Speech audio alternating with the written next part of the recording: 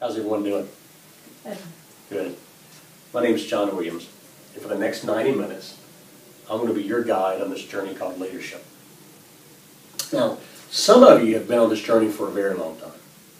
And for you tonight, maybe all you need is a little encouragement, maybe a gentle nudge, maybe just someone to kind of point you in the right direction. But others of you have yet to even begin the journey. In fact, you may not have even taken your first step. You may not even know where to begin. Regardless of which group you're in, tonight was specially designed for you. It's specially designed so when you walk out of this room, when you leave this session, you walk out better than the way that you walked in, stronger and a more effective leader. So here's how we begin.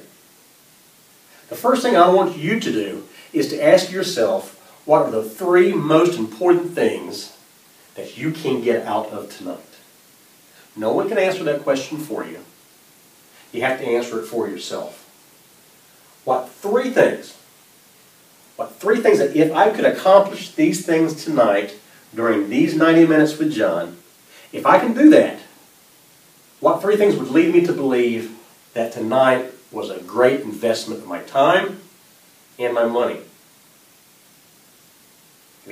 Have you answered that? Now I want you to prioritize those in order of 1, 2, 3. Most important, next most important, second most important, third most important. And then I want you to take the third most important one and I want you to kick it out. And that's going to leave you with your top 2 priorities. And then out of those top 2 priorities, I want you to choose the one that's most important. That's your one thing. See, you need to identify your one thing. Because this body of knowledge called leadership is vast. It's huge. We can't even begin to scratch the surface tonight. But if you know your one thing, tonight is going to be a huge success for you. And here's my commitment to you. That if you can determine your one thing, I will do everything within my power, everything within my ability to make sure that you accomplish that one thing. Maybe it will be during the session. If it's not, don't worry, because I'm going to hang around afterwards. And we can spend some time and we can talk. We can touch base and we can connect. In the materials that you have, you also have my email address. You also have a way to get in touch with me through my office. So even if after our 90 minutes together, you still haven't accomplished your one thing, and then maybe we can connect afterwards and you still haven't accomplished your one thing, all you need to do is send me an email or give me a call.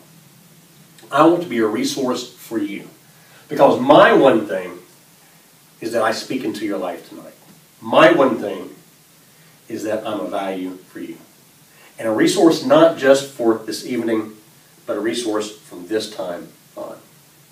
Okay. So let's get started. If I were to ask you to define for me leadership, how would you do that? Is there anybody in here who would like to offer a definition?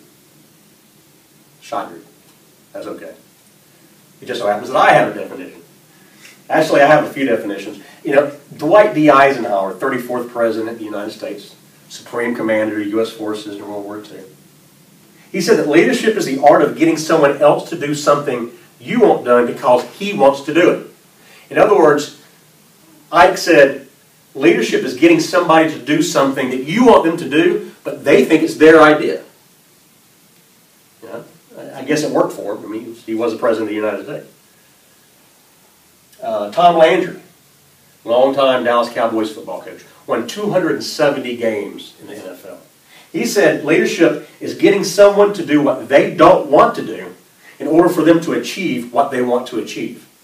Tom Landry felt that people in general want to achieve greatness, but they don't always want to do what it takes to do that. So a leader is someone who can get them to do that one thing in order for them to be successful. So again, I guess it worked for him pretty well. But for tonight, our operating definition of leadership is this. It comes from John Maxwell. I consider John Maxwell top of the food chain when it comes to when it comes to understanding what leadership is really about. And John Maxwell says this. He says, leadership is, ready? Influence. Pretty simple, right? He said that leadership is influence. Nothing more, nothing less. Influence is your ability, it's my ability to change someone, to direct someone, and to redirect their thinking. Because the premise is if I can redirect your thinking, if I can evolve your thinking, then I can evolve your behavior, what you do. That's leadership. So for tonight, that's what we're going to operate with. That leadership is influence. So my question for you tonight is, are you an influencer? Do you direct? Do you redirect? Can you change the way that people think about certain things?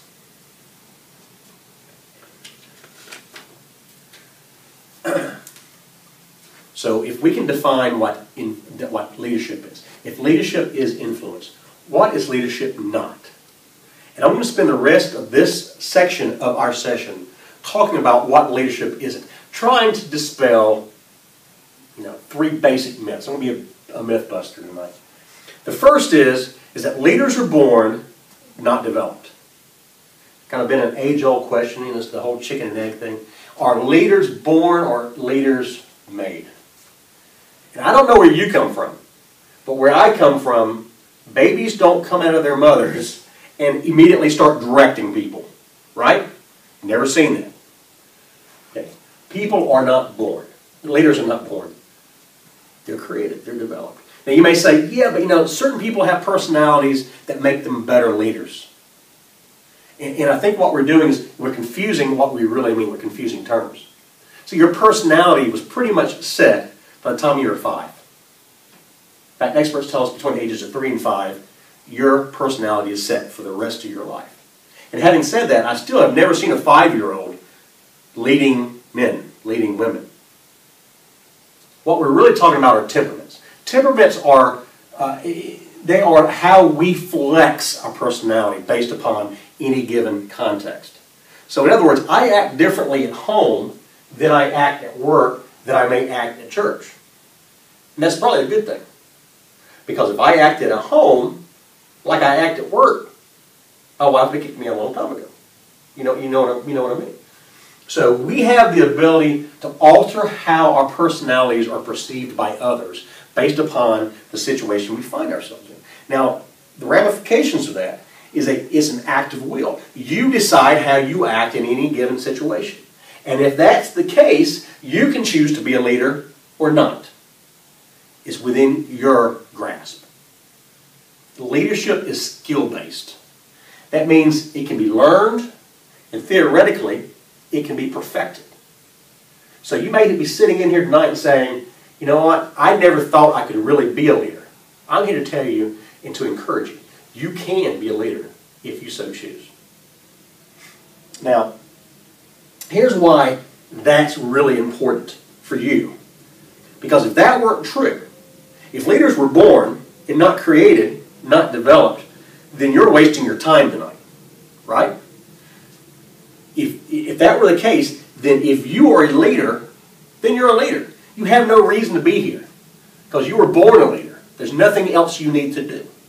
So you should just go on home and catch your favorite TV show. If you're not a leader, same thing. If leaders are born and not, and not developed, then there's no reason for you to be here. Because if you're not a leader now, you'll never be a leader. But I'm here to tell you this, that you can be a leader. You can influence people. You can help people change and get better and grow, if you so choose. Myth number 2, that leadership is the same thing as management. You hear those words used interchangeably a lot, right? Management, leadership. And they're not. They're very distinct one from the other. And here's how. We manage processes, but we lead people. So let me say that again. Management and leadership are different because we manage processes. We manage things. We manage systems, but we lead people. People don't like to be managed. People don't like to be controlled. People don't like to be manipulated. But people do like to be led. In fact, most people crave to be led. Management is a second creation activity. Leadership is a first. Here's what I mean. Stephen Covey, in his book, The 7 Habits of Highly Effective People, says that in anything that we do, any endeavor that we undertake, goes through a two-step process. What he calls the first creation and the second creation. The first creation happens here. It happens here. It's internal. It happens in the heart. It happens in the mind. It's what we see in professional athletes when they visualize themselves succeeding. When I see the ball go through the hoop before it even leaves my hand. When I see the ball go into goal before I even kick it. When I see exactly where that receiver is going to be and exactly where I need to throw the ball before I even have it snapped to me. Okay? It's internal. Management is that second creation activity. That happens here. It happens externally. And what Covey tells us is that most of the time when we fail in any given endeavor, our failure is due to our failure to properly go through that internal process. Management is the external. It's the nuts and bolts of what we do. Leadership is internal. It's the passion. It's the planning. It's the strategy. It's the emotions of it. If we want the second creation, if we want the management of what it is that we're managing to succeed, then it has to first succeed in that first creation. Management has a bottom line focus. Management is concerned with things like profit and loss, return on investment, net operating income. Leadership is more interested in investing in people. Leadership is about doing the right things, the right ways, for the right reason. Now, don't get me wrong. Profit and loss is important to a business. Return on investment is important. Net operating income is important. But what leadership knows is if I do the right things, the right ways, for the right reason, those things will take care of themselves. Okay. Leadership is a high leverage activity. Management is a low leverage activity. Management, in short, is doing things right. And leadership is doing the right things. Don't get me wrong. I'm not saying that management is not important. I'm not saying that it's less important than leadership. They're both very important. What I'm saying is there are two distinct things. And both of them are appropriate within their appropriate context. Leadership is not authority. Authority says, I know what's best for you. Authority says that I will push you in that direction based upon a system of punishment or reward. Leadership says that you know what's best for you. Inherently, you want to do well. Inherently, you want to work. You want to excel. If you're only given a conducive environment in which to do it, the resources and tools that you need, and the encouragement and direction. Leadership is not authority. Leadership is not management. Leaders are created. They're not born. Make sense? Everybody with me so far? How am I doing on time? Good. How much? 14. 14, okay. So, here's what I want to leave you with for this session. We're going to take a short break and then we'll come back and we'll pick up with what Maxwell calls the law of the width. But here's what I want. When you go on your break time, I want you to take a few minutes to meet somebody in here that you may not know. I want you to tell them what your one thing is. I want you to exchange that. I want you to find mutual encouragement with each other. And when we come back in this room, I want you to share with me a little bit exactly what your conversations were during your break. This is always a really fun time of the evening for me because it can get pretty crazy. But if we have any questions, any comments, great. And why don't we go ahead and take a 10-minute break? I'll let you know when it's time to come back in, and we'll resume. Okay.